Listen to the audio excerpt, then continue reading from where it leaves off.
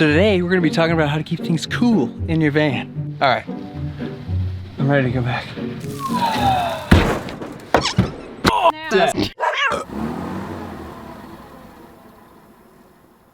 Now, when you're traveling or living on the road, you need a way to keep your valuables safe. Things like waffles and yogurt, cheese, fruit, oh, and ice cream, definitely ice cream. What she's saying is you need a way to keep your valuables, AKA food, cold or refrigerated. Unless you plan on sticking to a strict diet of fast food and dry goods, which there's nothing wrong with that. If you like diarrhea, now you can go the budget option, snag yourself a cooler and throw some ice in it if you plan on being on the road for a few days. But if you're gonna be out there a bit longer, it might be a wise decision to get something a bit more robust. And if you're not sure of all the options out there, we'll give you a very brief rundown. Now, if you're trying to keep costs down, but you're also looking for one step up from a cooler, you could try out a standard mini fridge, or also called a compressor-driven refrigerator. They usually offer about 3 cubic feet of storage and sell for anywhere around $150 to $300. You may also hear them called one-way fridges because they only run off of 120 volt AC power.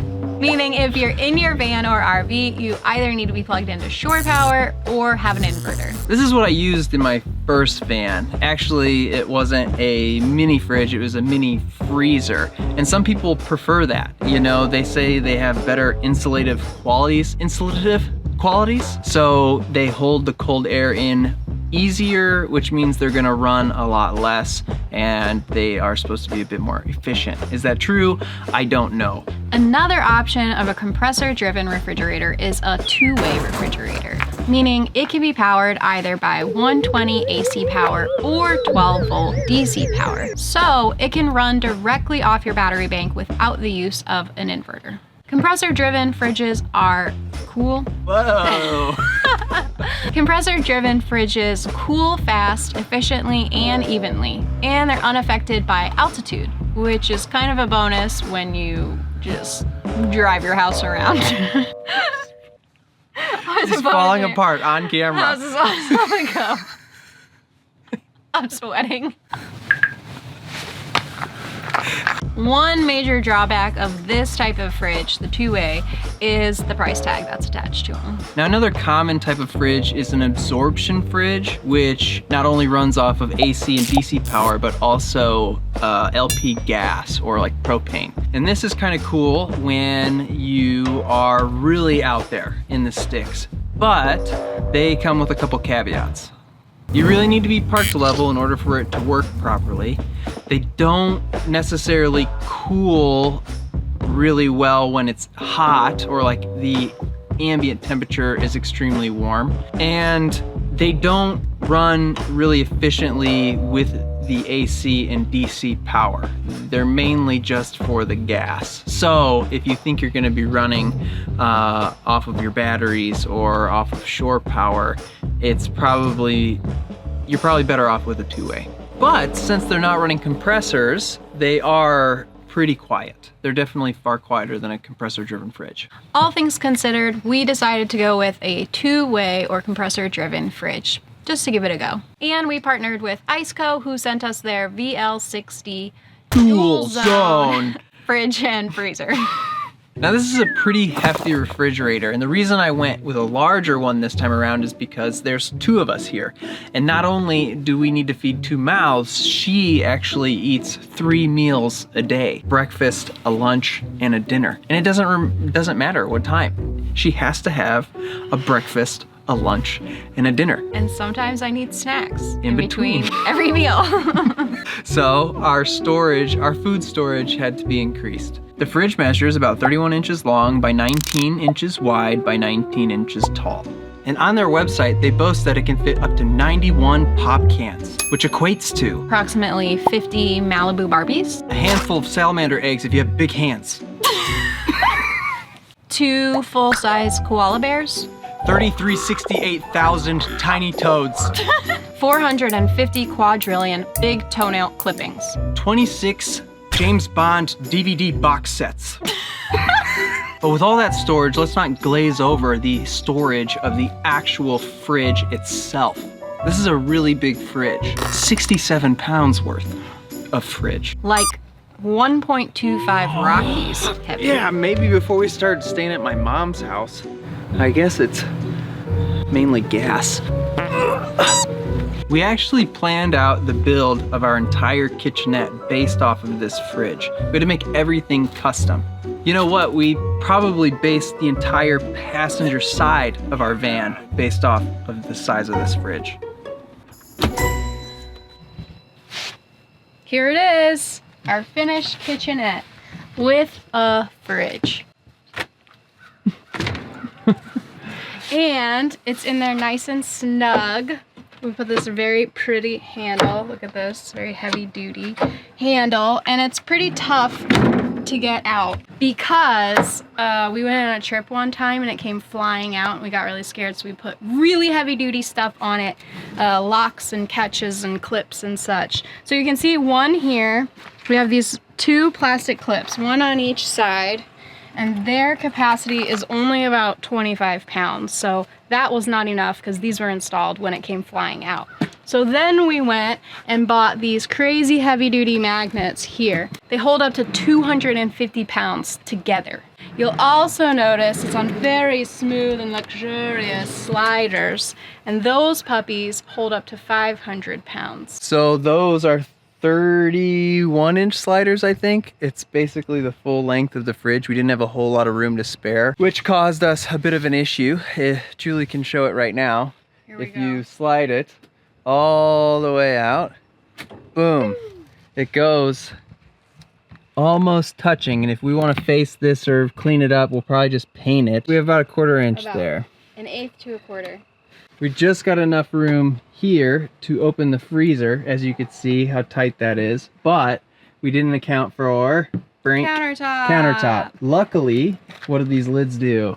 They remove. They detach. So this is enough to like get in into your and do what you freezer. need to do. Yeah. But if you really wanted to like clean it out or something like that, you could just kind of pop it off its hinge and voila. They do It's come with these totally out little of the way. tethers. So Right. if it does fly off and you don't want it to go anywhere, it'll hold on Yeah. to there. And you have little LED lights. LED lights. What about these? So when you're getting a midnight snack, you can see and not wake your partner. So this is the freezer side, and it comes with this little basket insert that's about half the capacity. The fridge side, also has its own LED light, and then it has a full-size basket.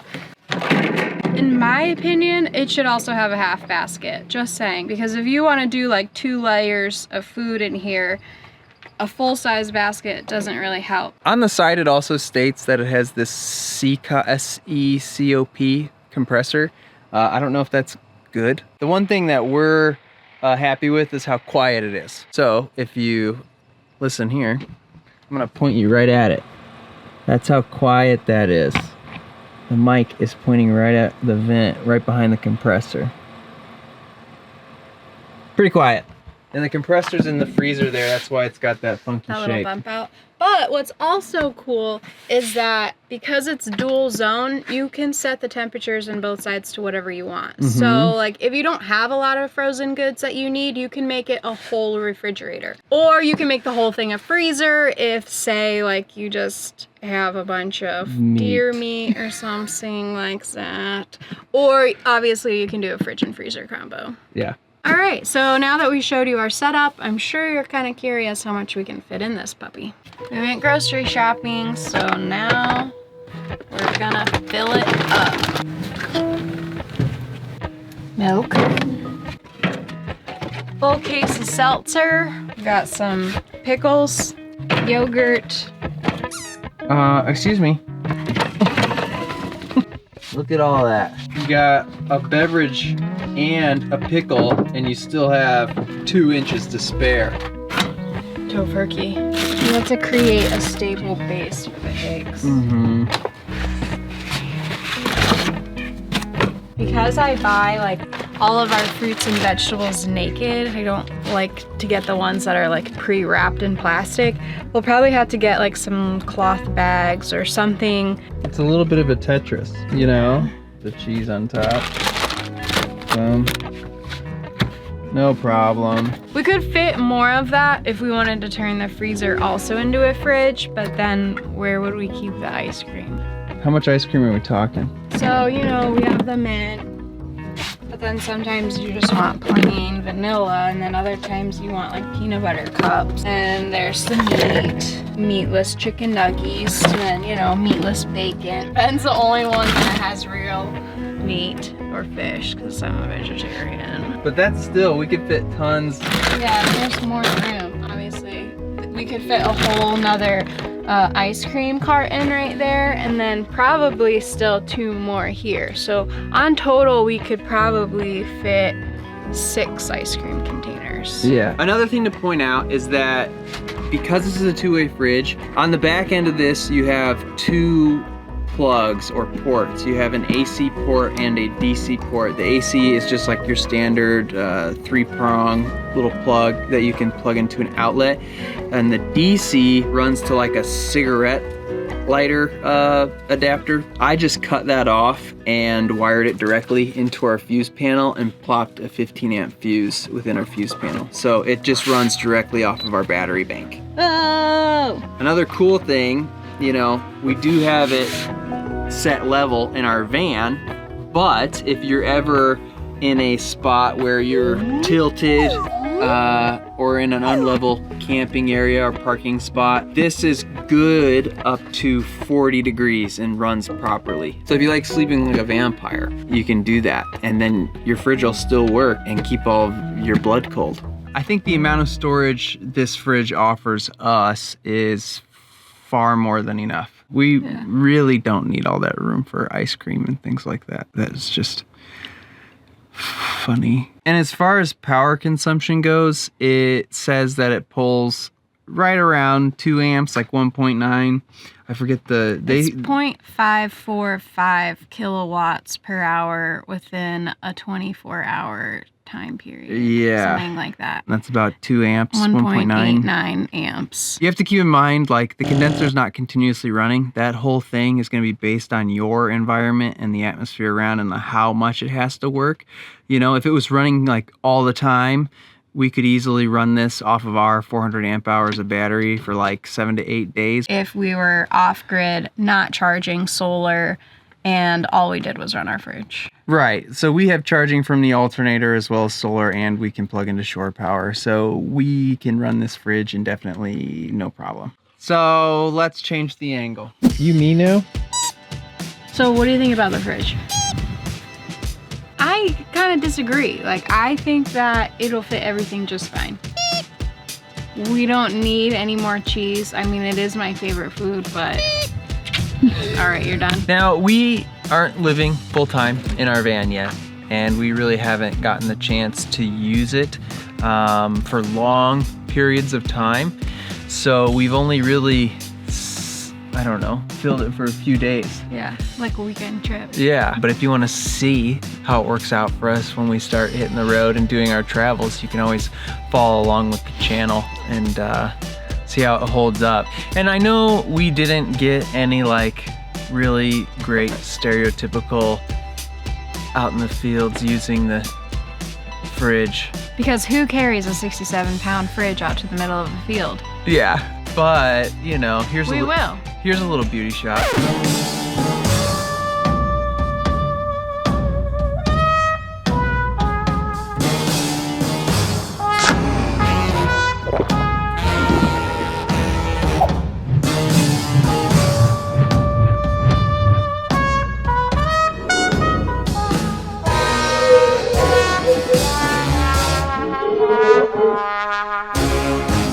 So if you guys are interested in getting yourself a fridge like ours, you can check out ICECO via the link in our description. It's an affiliate link, so if you make any purchases using it, it will help us.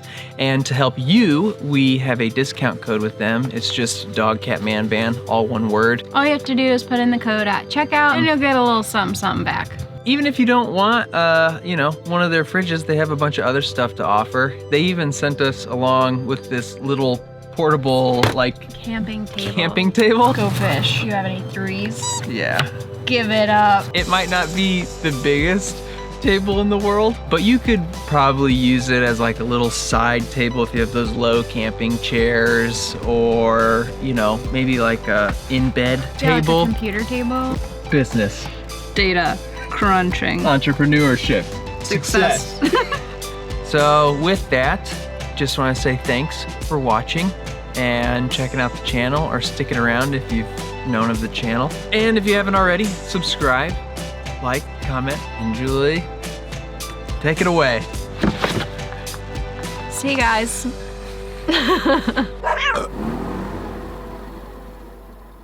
4,500,000 toenail clippings. We have to say it straight face. We can't laugh. Okay. 450 quadrillion toenail clippings. I'll get it. 450 quadrillion big toe. I can't say this. 450 quadrillion big toenail clippings. 93 unstretched, stretched Armstrongs.